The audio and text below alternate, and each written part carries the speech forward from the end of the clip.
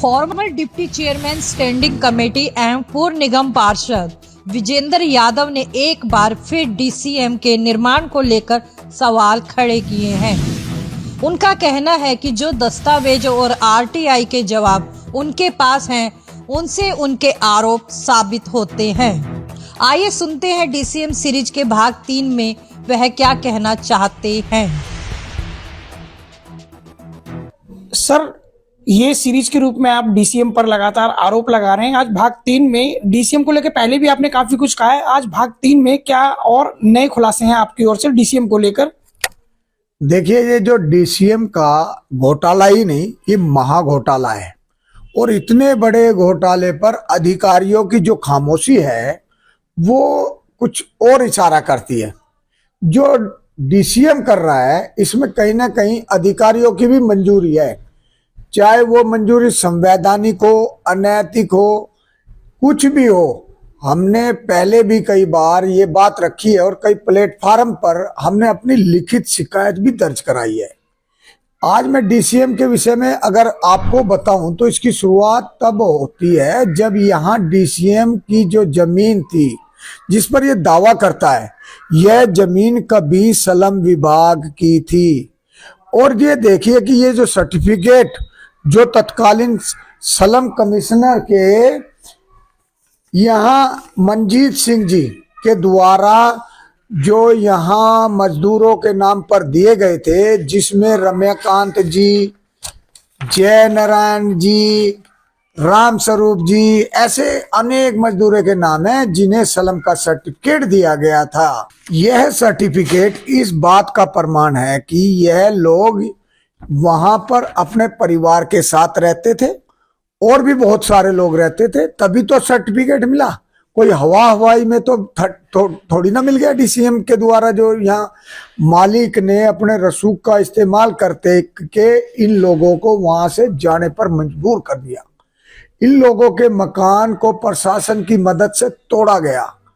और ये बड़ी दर्दनाक कहानी है कि जिस जमीन सलम विभाग की थी, इसलिए सलम विभाग के कमिश्नर ने जब इनको सर्टिफिकेट जारी किया है, कितनी शिकायतें दर्ज हो चुकी हैं, लेकिन डीसीएम के इस the MRLS project by Unity Group Karol Bagh Rohtak road पर जो यहाँ कार्य किया जा रहा है, निर्माण कार्य, तो इसके नाम पर कार्यवाही देखने को नहीं मिल रही है, बल्कि जानकारी देने में भी अधिकारी कोताही बरत रहे हैं, क्योंकि भ्रष्टाचार को खामोशियां बढ़ावा देती हैं। इसलिए हम बोलेंगे डीसीएम लगातार इस पर निर्माण की बात कर रहा है और निर्माण किए भी हैं, तो क्या उसने कोई एनओसी नहीं ली, या एनओसी ली तो उस एनओसी में क्या घालमेल है, क्या है ये पूरा प्रकरण?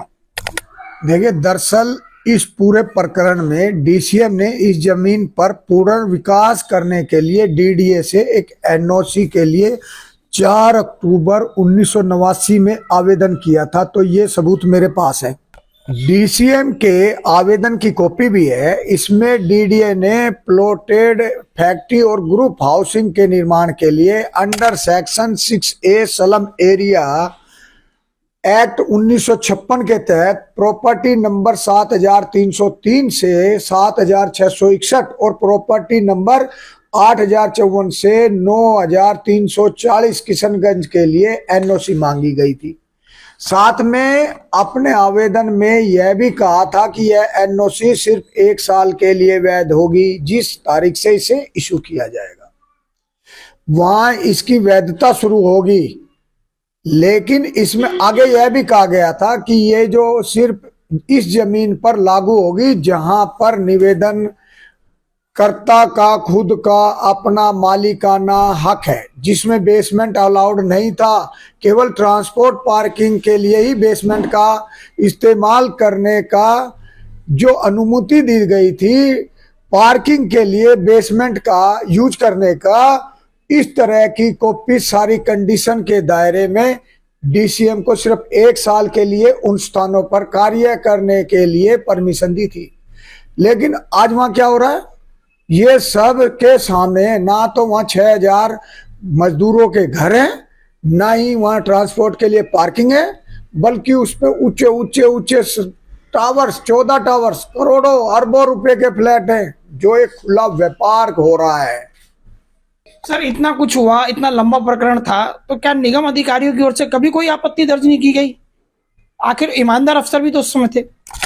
देखिए, ईमानदार अफसर आज भी हैं, कल भी थे और आगे भी रहेंगे। ऐसा नहीं होता कि 100% अधिकारी भ्रष्ट हो जाते हैं। ईमानदारी अधिकारी उस वक्त भी मौजूद थे जिन्होंने अपना कर्तव्य समझकर डीसीएम की इस मनमानी का पुरजोर विरोध किया था। और मैं तो सैल्यूट करता हूं ऐसे कर्तव्यनिष्ठ अधिकारियों को जिन्होंने अपना ईमान नहीं बेचा।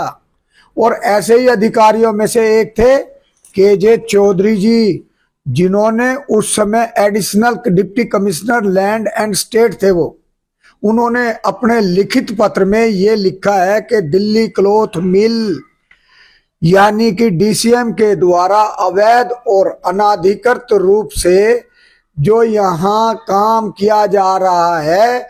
और एक पत्र उन्होंने डिप्टी कमिश्नर सदर पहाड़गंज जोन को भी लिखा था। उन्होंने अपने पत्र में निवेदन किया था कि इस मैटर में तत्काल कार्यवाही होनी चाहिए और इसकी जांच करके अविलंब इस निर्माण को बंद कर देना चाहिए। और डीसीएम की मनमानी का उन्होंने विरोध किया था। इसी बात से मैं आगे आपको बताऊं कि जो केजे चौधरी जी ने करोल बाग जोन के डिप्टी कमिश्नर को भी पत्र लिखा था।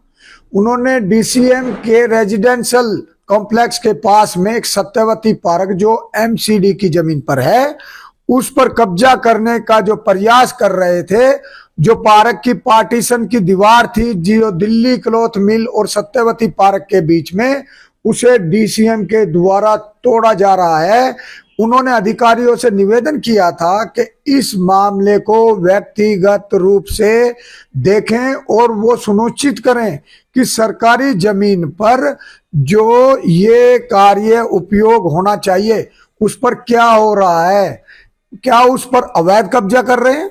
लेकिन इन तमाम विरोधों को दूर करते हुए डीसीएम ने अपने रसूख के बल पर सभी कार्य अपनी सुविधा के अनुसार करवा लिए और वो प्रयास करते रहे। आप समझ रहे होंगे कि जो डीसीएम ने कायदे कानून को तोड़ने में कोई कसर बाकी नहीं रखी है। जो अभी तक के टाइम की बात मैं कर रहा हूं। तो सर जितने आरोप आपने लगाए, क्या उसके समर्थन में कोई दस्तावेज एज एविडेंस आप पेश कर सकते हैं? और क्या क्या दस्तावेज आपके पास हैं? जी बिल्कुल, हमारे पास वो सारे दस्तावेज हैं जिनमें तमाम बातें मैंने कही है ना, उनसे संबंधित दस्तावेज मेरे पास उपलब्ध है, जिनको मैं आपको दिखा भी रहा हूं। और आपके सामने ये कानूनी तौर पर अगर जरूरत पड़ेगी तो इसको आगे भी ले जाने का मैं कार्य करूंगा। वहां कोर्ट में भी इन्हें मैं पेश करूंगा। ये कोई मामूली दस्तावेज नहीं है।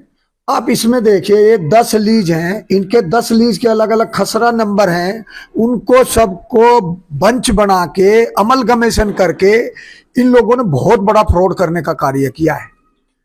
आप इस बात को इस बात से भी समझ सकते हैं कि जो तत्कालीन सलम कमिश्नर मनजीत सिंह के द्वारा वहां पर जो रहने वाले मजदूरों के नाम पर जो दिए गए सर्टिफिकेट हैं, एमसीडी कमिश्नर पहाड़गंज जोन का जो लेटर है, एमसीडी की कंपैरेटिव अथॉरिटी के द्वारा जो पूर्ण विकास के लिए जारी किया गया लेटर है, तत्कालीन डायरेक्टर ऑफ लैंड के द्वारा सलम में रहने वाले लोगों के अधिकार सुरक्षित करने के लिए जो जारी आदेश है, ये डीसीएम ने एनओसी के लिए आवेदन किया था, उसकी कॉपी भी मेरे पास है। इसके अलावा अन्य कई महत्वपूर्ण जानकारियां और दस्तावेज मेरे पास बहुत हैं। ये लड़ाई है उन मजदूरों की जिनके घर इस जमीन पर बनने थे, लेकिन वो सारे लोग बेघर कर दिए गए, जिन्हें आज भी इंसाफ की जरूरत है। लेकिन कहते हैं ना कि जब पावर हो और अधिकारी उनकी जेब में हो और जो जी भर के पैसा खर्च करने की शक्ति हो, तो फिर शायद दुनिया में कोई काम नहीं असंभव बचता। जैसा कि डीसीएम के द्वारा the MRLS by Unity Group Karol Bagh Rohtak road पर दिखाई दे रहा है। आज इस ताकत के बल पर इसी भूखंड पर 40-40 मंजिला बिल्डिंग के 14 टावर्स फ्लैटों बनाए जा रहे हैं। उनमें रहने के लिए लोग आ चुके हैं। 3 टावर्स अभी बनने की कगार पर हैं, 20-20 मंजिल बन चुके हैं और उनके बैलेंस तैयारी चल रही है। आप भी समझदार हैं, दिल्ली जैसे शहर में जो मेन सड़क के ऊपर इनकी कीमत करोड़ों करोड़ों अरबों अरबों रुपए में होगी। क्या मुझे हक नहीं है मजदूरों की जो आवाज मैं उठा रहा हूं उसे ना उठाऊं? आज भी दिल्ली की सड़कों पर जो लोग अपना जीवन जी रहे हैं सिर्फ इसी उम्मीद से कि कोई तो सवेरा आएगा जब वो अपने घर में रहेंगे। इस वीडियो के माध्यम से मैं संबंधित अधिकारियों से यह निवेदन करता हूं कि मामले की गंभीरता को, कई तरह की जो खामियां हैं उसे पूरा प्रकरण को देखते हुए गरीबों के जो विषय में जरूर सोचें और ऐसा कुछ करें कि जो नजीर बन जाए, जिससे उन गरीब मजदूरों को सिविक एजेंसियों के ऊपर और अधिकारियों पर भरोसा बना रहे।